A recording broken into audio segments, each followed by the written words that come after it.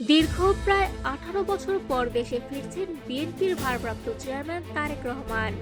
আগামী 25 ডিসেম্বর বৃহস্পতিবার তিনি ঢাকায় পৌঁছাবেন।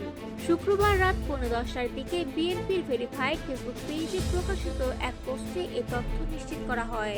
পোস্টে বলা হয়, বিএনপির ভারপ্রাপ্ত চেয়ারম্যান তারেক রহমান আগামী 25 ডিসেম্বর দেশে ফিরছেন। এ প্রসঙ্গে বিএনপি মহাসচিব মির্জা ফখরুল ইসলাম আলমগীর বলেন, তারেক রহমানের দেশে ফেরাকে তিনি শুধু স্বাগতই জানাচ্ছেন না, বরং আনন্দের সঙ্গে এই সুখবর দেশবাসীর সামনে তুলে ধরছেন। মির্জা ফখরুল আরও বলেন, বিএনপি মনে করে দেশে গণতন্ত্রের পথে যে বাধাগুলো তৈরি করা হয়েছে, তারেক রহমানের দেশে ফেরার মধ্য দিয়ে সেগুলো দূর হতে শুরু করবে। শুক্রবার রাতে দলের স্থায়ী কমিটির বৈঠক শেষে আয়োজিত সংবাদ সম্মেলনে তিনি এই ঘোষণা দেন। সংবাদ সম্মেলনে বিএনপি মহাসচিব বলেন, লন্ডনে দলের ভারপ্রাপ্ত চেয়ারম্যান তারেক রহমান ও প্রধান উপদেষ্টার মধ্যে যে বৈঠক অনুষ্ঠিত হয়েছিল, সেখানে ফেব্রুয়ারি মাসের মধ্যে জাতীয় সংসদ নির্বাচন আয়োজনের বিষয়ে সিদ্ধান্ত হয়।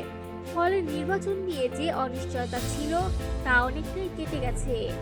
তিনি বলেন, বৃহস্পতিবার নির্বাচনের তফসিল ঘোষণার মধ্য দিয়ে নির্বাচনী প্রক্রিয়া আনুষ্ঠানিকভাবে শুরু হয়েছে এবং এতে সারা দেশের মানুষের মধ্যে নতুন করে আশা ও প্রত্যাশা তৈরি হয়েছে। এদিকে ঢাকা ৮ আসনের প্রার্থী শরীফ ওসমান হাদির ওপর গুলিবর্ষণের ঘটনায় তীব্র নিন্দা ও প্রতিবাদ জানিয়েছে বিএনপির স্থায়ী কমিটি। মির্জা ফখরুল বলেন, এই হামলা প্রমাণ করে কিছু অপশক্তি পরিকল্পিতভাবে নির্বাচন বানচাল করার চেষ্টা করছে।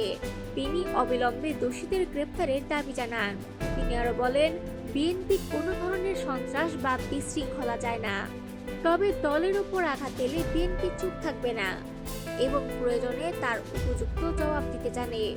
বিএনপি মহাসচিব সবাইকে সংযম বজায় রেখে সুষ্ঠু নির্বাচনের পরিবেশ রক্ষার আহ্বান জানান। গণতন্ত্রের পথে অগ্রযাত্রা ব্যাহত হলে দেশের ভবিষ্যৎই ক্ষতিগ্রস্ত হবে।